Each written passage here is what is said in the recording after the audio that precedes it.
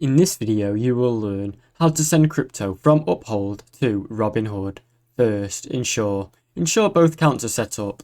Ensure your Uphold and Robinhood accounts are active and verified, with crypto enabled on both platforms. Then, check crypto availability on Uphold. Log into your Uphold account and make sure the crypto you want is able to be transferable into your wallet. Initiate the crypto transfer from Uphold. In Uphold, go to the crypto section. Select the cryptocurrency you want to send. Tap send or withdraw to begin the transfer process. Obtain the Robinhood crypto wallet address. Log into your Robinhood account and navigate crypto section. Select the cryptocurrency you want to receive from your copy of Robinhood wallet address. Enter the Robinhood wallet address into Uphold. Paste the Robinhood wallet address into the recipient field during the withdrawal process in Uphold.